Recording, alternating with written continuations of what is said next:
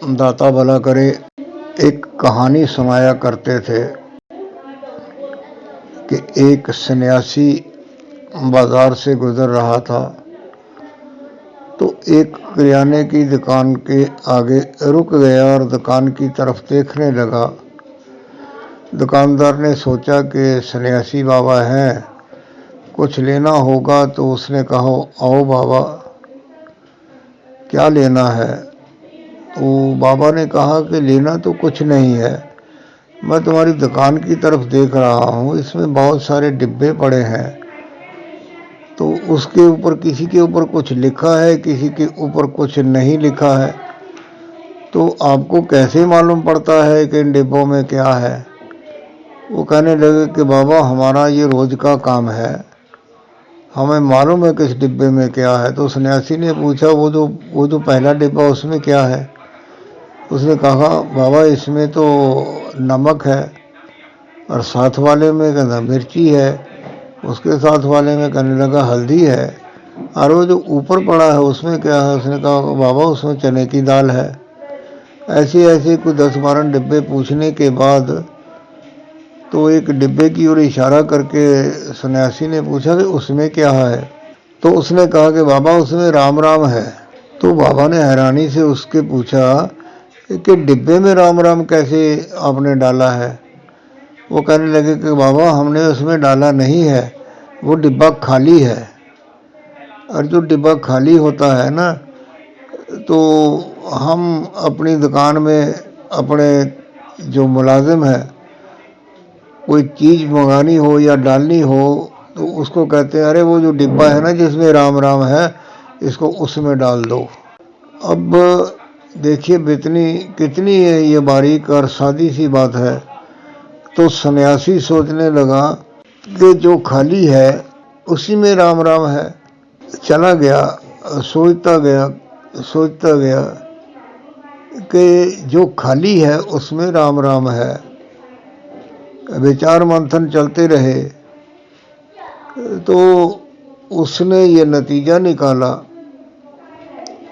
कि जब तक हमारा मन विचारों, विकारों, संस्कारों से भरा हुआ है, तभी तो हमें वो भटका रहा है, हमारे अंदर में वो निकल रहे हैं, इधर उधर हम चल रहे हैं। तो फिर राम राम हमारे भीतर कहाँ है? जब तक हमारा भीतर खाली नहीं होगा, तब तक हमारे भीतर तो परमात्मा का नाम जाएगा ही नहीं।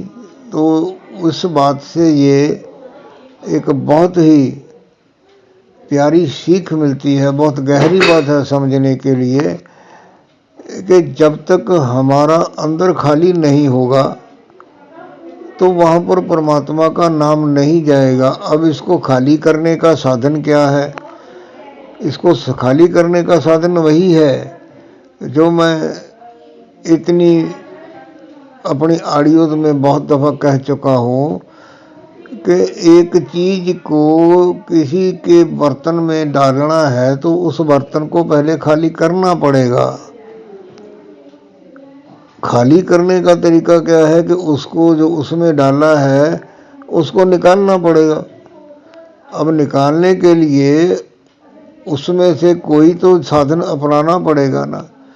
तो अपने भीतर जो हमारा मन है, जिसमें ये विचार होते हैं, उसको खाली करने का साधन यही है कि परमात्मा को किसी नाम से भी याद करो, और बार बार इतना याद करो कि वो हमारा मन जो है ना, वो जो भरा हुआ है ना, वो खाली हो जाए। जब वो खाली हो जाएगा तब उसमें जो है ना, ये परमेश्वर का नाम भरेगा। और नाम में कोई अंतर नहीं है, चाहे ओम कहो, चाहे राम कहो, चाहे सोहम कहो, चाहे वाहिगुरु कहो, और चाहे अल्लाह कहो।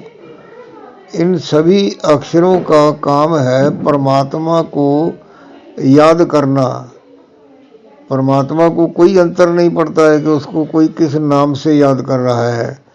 हाँ, यहाँ पर एक बात और जो है मैं ज़रूरी आप जी के साथ साझा करना चाहता हूँ कि अक्सर लोग ये पूछते हैं कि हम सिमरन करते हैं, परमात्मा का नाम जपते हैं, उसको याद करते हैं, और हमें नाद भी सुनाई देता है, तो हमें इस सब से मिलेगा क्या? क्या होगा हमारे जीवन में? क्या हमारे ये कष्ट कट जाएंगे? हमें सुख शांति मिलेगी? हमें आर्थिक सहायता मिलेगी?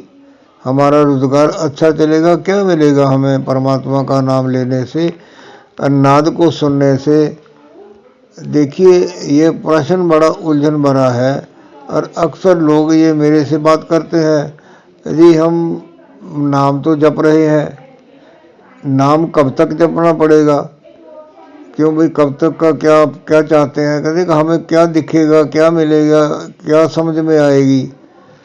तो एक तो ऐसा ही था जी, मेरे को कुछ दिन हो गए मैंने नाम जप किया है, अब कब तक करूं? मैंने कहा भाई ये तेरी मर्जी है, करना है तो कर, नहीं करना है तो मत कर। तू करेगा मेरा कोई फायदा नहीं है, नहीं करेगा तो मेरा कोई नुकसान नहीं है। तूने सुना है कि नाम जप करना चाहिए तो तू करता रहे। और ऐसे ही नाद पर पहुंचे हुए जो साधक हैं वो यही प्रश्न करते हैं कि हमें नाद सुनाई देने से लाभ क्या होगा, इस जन्म में हमारे को क्या मिलेगा? अब यहाँ पर बहुत बारीक सी बात है जो भगवान कृष्ण ने गीता में अर्जुन से कही थी कि पहली बात तो ये है कि इस जन्म में जहाँ तक हम पहुँचेंगे, आध्यात्मिक अवस्था हमारी जो बनेगी वो ख़त्म नहीं होती है, वो अगले जन्म में उसी से आगे बढ़ती है। अब जो नाद में पहुँचे हुए साधक का प्रश्न है उसके लिए ये है कि आगे जो कृष्ण भगवान ने कहा था गीता में, मैं वो दो एक बातें उसको समझाता हूँ। तो उन्होंने ये कहा था कि अगले जन्म में इस जन्म की तपस्या के अनुसार ही उसको आगे से रिश्तेदार घर परिवार मिलेगा। जो थोड़ी बहुत अवस्था को प्राप्त हुए हैं तो उनको अच्छा घर बार मिलेगा, तो जो उससे थोड़ा आगे बढ़ गए हैं उनको घर परिवार अच्छा मिलेगा, और ऐसा घर परिवार मिलेगा कि यहाँ पे पहले ही जो है वो सात्विक जीव रहते होंगे, यहाँ पर परमात्मा का नाम होगा। और उसके आगे कोई बढ़ जाता है तो वो धर्मी राजवंश में जाके उसका जन्म होगा, वो राजा भी बन सकता है और वो तपस्वी बन सकता है, यानी दोनों इस ऊंची अवस्था को प्राप्त कर सकते हैं। राजा भी ऊंची अवस्था का होगा और अगर वो सन्यासी संत साधु होगा तो भी बहुत ऊंची अवस्था का होगा। और इससे आगे उन्होंने कहा कि जन्म दर जन्म तपस्या करने से अगर कोई मेरे में नहीं भी समा पाया है तो अगर उसका जो थोड़ा बहुत समा रहता है तो वो तपलोक में जाके तपस्या करेगा और वो बाद में फिर मेरे में ही समा जाएगा। यानी ये नाद है, साधना है, इसका जो आखिर के पहुंचने का जो विचार है कि जो साधन है, जो अवस्था है, वो यही है कि इस जीव का जन्म मरण के चक्रों से निकलकर परमात्मा में समा जाना।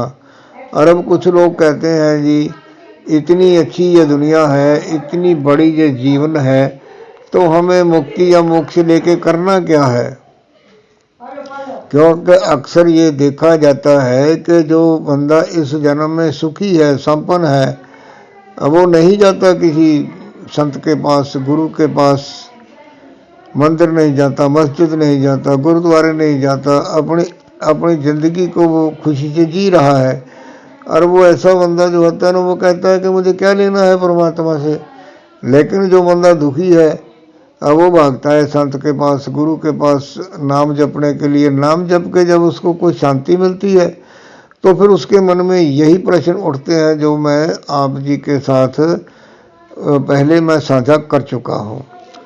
सो बात यही है, मूल जहाँ से हम चले थे कि जब तक हमारा अंदर हमारे विचारों से, ख्यालों से, तर्कों से खाली नहीं होगा तब तक हमारे अंदर में परमेश्वर के नाम का समाना जो है ना वो संभव नहीं है। धन्यवाद। दाता भला करे।